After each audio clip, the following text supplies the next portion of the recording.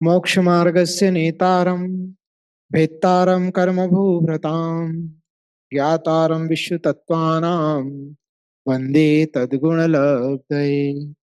सरस्वती नमस्तुभ्यं वरदे कामरूपिणी विद्यारंभं करिष्यामि सिद्धिर्भवतु मे सदा। अनंत अनंत सिद्ध परमेष्ठी भगवान की जय। द्वादशांग जिनवाणी माता की जय। पार्श्वनाथ भगवान की जय। आदिनाथ भगवान की जय। श्रीमद उमा स्वामी आचार्य गुरुदेव की जय। आचार्य श्री शांति सागर जी गुरुदेव की जय। गणधराचार्य श्री कुंथु सागर जी गुरुदेव की जय। आचार्य श्री कनक नंदी जी गुरुदेव की जय। परम पूज्य प्रज्ञा योगी आचार्य श्री गुप्ती नंदी जी गुरुदेव की जय। तत्वार्थ सूत्र ग्रंथ की जय। महानुभावों, विगत कुछ सत्रों में लगभग हमारे 25 सूत्र प्रथम अध्याय के हो चुके हैं। प्रथम अध्याय के अंतिम चरण की ओर हम हैं। एक बार पहले सूत्र पाठ कर लेते हैं।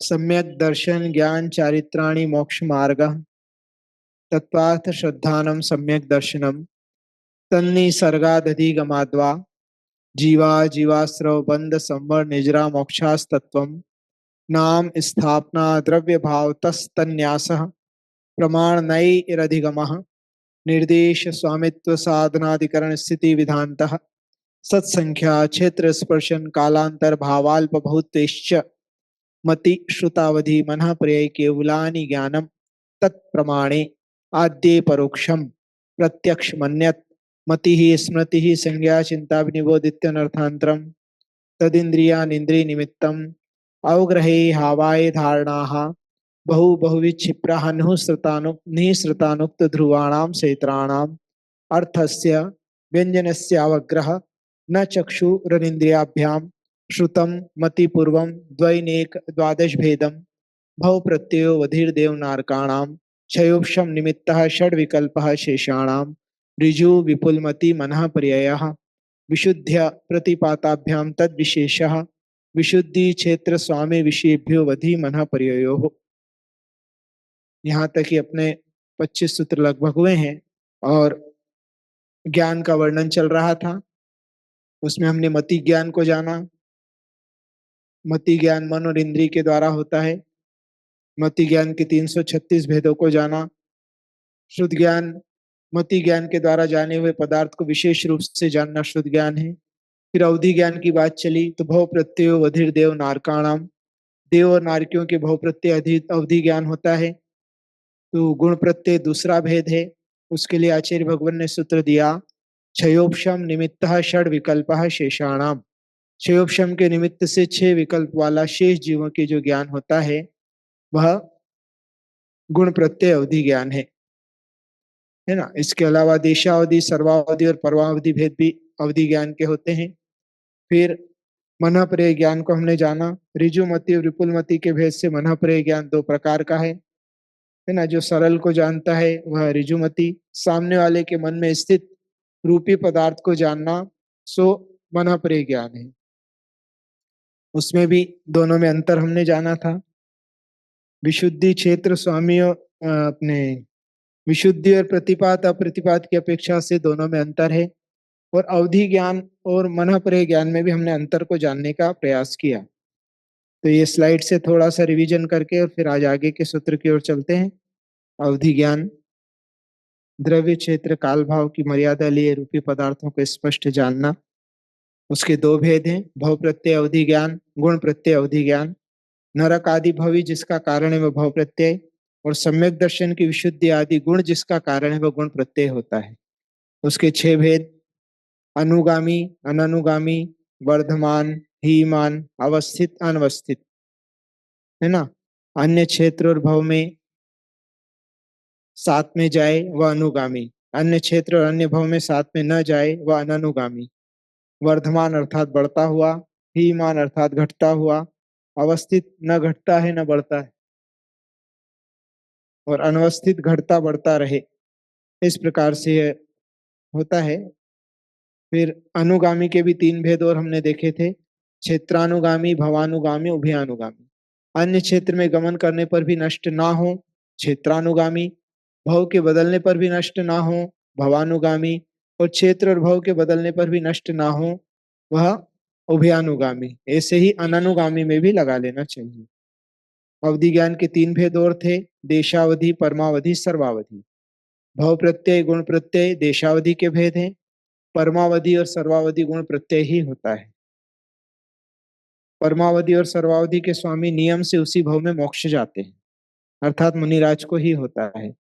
फिर मन पर्यय ज्ञान की बात हुई थी, तो ऋजु विपुलमति मनः पर्यय, ऋजुमति और विपुलमति मनः पर्यय ज्ञान है। उनमें क्या विशेषता है? विशुद्ध प्रतिपाताभ्याम तद विशेष, विशुद्धि और अप्रतिपात की अपेक्षा इन दोनों में अंतर है। मनः पर्यय ज्ञान में विशुद्धि ज्यादा होती है, अवधि ज्ञान में विशुद्धि कम होती है। मनः पर्यय ज्ञान ऋजुमति तो छूट सकता है, किंतु विपुलमति होने के बाद छूटता नहीं है, वह केवल ज्ञान होने तक साथ में रहता है ना। तो ये दोनों में अंतर है, विशुद्धि की अपेक्षा से और इस अपेक्षा से दोनों में अंतर पाया जाता है। मनः पर्यय ज्ञान की यहाँ परिभाषा दी है, द्रव्य, क्षेत्र, काल, भाव की मर्यादा लिए हुए दूसरे के मन में स्थित रूपी पदार्थ को जानना, जिसका चिंतित, अचिंतित और अर्धचिंतित, जिसका भूतकाल में चिंतन किया हो, अचिंतित चिंतन किया जाएगा भविष्य में, या अर्धचिंतित वर्तमान में चिंतन किया जा रहा है किंतु अभी संपूर्ण चिंतन में नहीं आया है, वह अर्धचिंतित। इस प्रकार से मनः पर्यय ज्ञान तीनों विषय को जान लेता है। फिर दो भेद हमने जाने थे, ऋजुमति, विपुलमति। सरल मन के विषय को जाने और सरल और कुटिल दोनों मन को जान लेता है। ऋजुमति मनः पर्यय त्रिकाल विषय पुद्गल द्रव्य को किसी जीव द्वारा वर्तमान काल में चिंतन किए पर जाने जानता है, किंतु विपुलमति भूत, वर्तमान, भविष्य में चिंतित, अर्धचिंतित, अचिंतित त्रिकाल संबंधी पुद्गल द्रव्य को जानता है। दोनों में क्या अंतर है? तो विशुद्धि की अपेक्षा ऋजुमति में विशुद्धता कम होती है, विपुलमति में आत्मा में विशुद्धता अधिक होती है। ऋजुमति विपुलमति में ऋजुमति प्रतिपाती अर्थात छूट जाता है, संयम परिणामों में गिरावट होने पर छूट सकता है, किंतु विपुलमति जिसको विपुलमति मनः पर्यय ज्ञान है, उसके संयम परिणामों में गिरावट आती ही नहीं है, वो हमेशा ऊपर ही बढ़ता जाता है, वर्धमान चारित्र वाले को होता है। मोक्ष का क्या नियम है? तो उसी भव में मोक्ष जाने का नियम नहीं है ऋजुमति का, किंतु विपुलमति मनः पर्यय ज्ञानी नियम से उसी भव में मोक्ष को प्राप्त करते हैं। अब इनकी सामान्य से मर्यादा यहाँ पर दी है।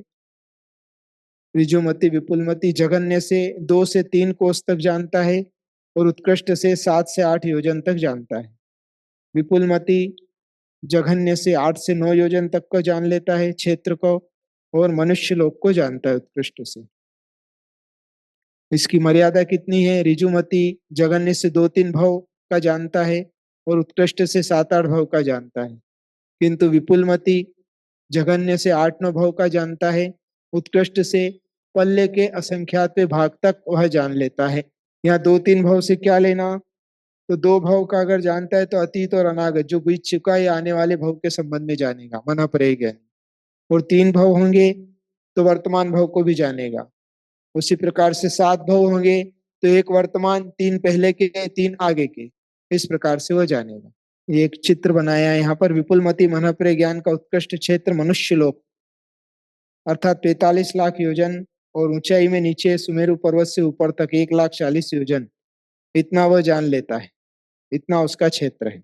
अब अवधि ज्ञान और मनः पर्यय ज्ञान में अंतर वाला सूत्र आया था, सूत्र क्रमांक 25, विशुद्धि क्षेत्र स्वामी विषुभ्यो वधि मनः पर्ययो हो। विशुद्धि क्षेत्र स्वामी और विषय की अपेक्षा से अवधि ज्ञान और मनः पर्यय ज्ञान में भेद पाया जाता है। यहाँ भेद बता रहे हैं, देखिए। अवधि ज्ञान, मनः पर्यय ज्ञान, चार्ट बना है। विशुद्धि अवधि ज्ञान में कम विशुद्धि होती है, मनः पर्यय ज्ञान में अधिक विशुद्धि होती है। उत्पत्ति क्षेत्र इसका त्रस नाड़ी है, अर्थात पूरी 14 राजू ऊंची त्रस नाली में वो जान लेता है अवधि ज्ञान, और इसका मनुष्य लोक ही है। इसका विषय क्षेत्र समस्त लोक है, और इसका मनः पर्यय ज्ञान का कम है, मात्र 45 लाख योजन। और क्या है? स्वामी अवधि ज्ञान के स्वामी चारों गति के जीव होते हैं, जबकि मनः पर्यय ज्ञान के स्वामी कर्म भूमि गर्मज मनुष्य, वो भी जो संयम को धारण किया हुआ हो, वर्धमान चारित्र से सहित हो, 7 रिद्धियों में से कम एक रिद्धि जिसके पास हो, वही इसका स्वामी है। और विषय तो अवधि और मनःपरक ज्ञान में अवधि ज्ञान परमाणु तक जानता है, किंतु मनःपरक ज्ञान अवधि ज्ञान के विषय का अनंतवां भाग जानता है। मन के विकल्प ज्यादा सूक्ष्म होते हैं, इस कारण से वह अनंत भाग को जानता है। मतलब अवधि ज्ञान से जितना जाना जाए उसमें अनंत का भाग देने पर जो एक हिस्सा निकलेगा उतना ही मनःपरक ज्ञान जानता है। अब आज आगे की ओर चलेंगे। ये हमने सामान्य से यहाँ पर रिवीजन किया। अब आगे अगले सूत्र की ओर अपने को चलना है। सूत्र क्रमांक 26। यह जिज्ञासा बता रहे हैं, पूर्व सूत्रों में मति ज्ञान, शुद्ध ज्ञान की परिभाषा एवं भेद आदि कहे हैं, लेकिन मति शुद्ध ज्ञान किन विषयों को जानते हैं ये नहीं बतलाया। ऐसी जिज्ञासा होने पर आगे का सूत्र कहते हैं। सूत्र उच्चारण करेंगे। मति श्रुतयोर, योर र भी बोलना है। मति श्रुतयोर निबंधो द्रव्येष्व सर्व पर्यायेषु। मति श्रुतियोर निबंधो द्रव्येष्व सर्व पर्यायेषु। हाँ, फिर से एक बार बोल लीजिए। मति श्रुतियोर निबंधो द्रव्येष्व सर्व पर्यायेषु। अब इसका संधि विग्रह करते हैं। मति धन श्रुतयो हो, जो विसर्ग ऊपर गया था और एप्सो विसर्जनीय सूत्र से, तो यो में विसर्ग, निबंध द्रव्येषु असर्व पर्यायेषु, है ना। तो निबंध अर्थात विषय, है ना। मति और शुद्ध ज्ञान का निबंध, निबंध अर्थात विषय क्या है? द्रव्येषु, द्रव्यों में, अर्थात सब द्रव्यों में, क्योंकि बहुवचन दिया है। द्रव्येषु सब द्रव्यों में, 6 द्रव्य होते हैं, उन सभी द्रव्यों में होता है, किंतु असर्व पर्यायेषु अर्थात उनकी सब पर्यायों को नहीं जानता है। अर्थात मति और शुद्ध ज्ञान का विषय संबंध सभी द्रव्यों से है, किंतु द्रव्यों की कुछ पर्यायों में होता है। सभी पर्यायों को मति शुद्ध ज्ञानी नहीं जान सकते।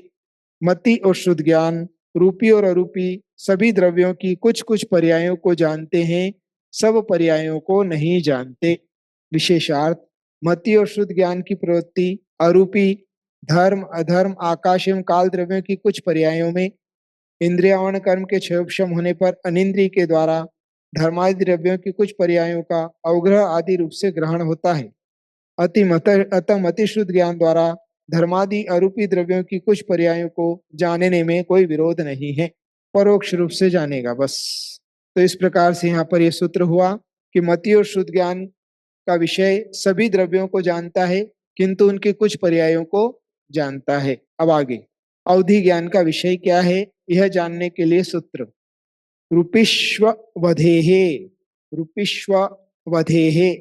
हाँ, वह के बाद थोड़ा सा रुक जाना है। रूपिष्व वधेहे संधि विग्रह करेंगे। रूपिषु, रूपिषु धन अवधेहे। हाँ, तो अब अवधि ज्ञान का विषय, ये भी सूत्र नंबर 26 से असर्व पर्यायेषु की अनुवृत्ति यहाँ पर लेना है ना। तो अवधि ज्ञान जो है रूपी द्रव्यों में होता है, अरूपी द्रव्यों को अवधि ज्ञान नहीं जानता है, किंतु असर्व पर्यायेषु सब पर्यायों को नहीं जानता है, उन रूपी द्रव्यों की भी कुछ पर्यायों को ही जानता है। अवधि ज्ञान का विषय संबंध रूपी द्रव्यों में होता है। अवधि ज्ञान रूपी उद्गल एवं कर्म सहित संसारी जीवों की कुछ पर्यायों को विषय करता है। तो यह अवधि ज्ञान का विषय हो गया, रूपी पदार्थों को जानना, है ना। और वो भी उनकी सब पर्यायों को नहीं जानेगा, कुछ पर्यायों को ही जान पाएगा। आज इतना ही रखते हैं, शेष आगे के सत्र में पुनः चर्चा करेंगे। जिन वाणी के ज्ञान से सूझे लोकालोक, सो वाणी मस्तक चढ़ो सदा देत हो ढोक। 9 बार नमोकार मंत्र का जाप करेंगे। सबके लिए बहुत सारा मंगल आशीर्वाद।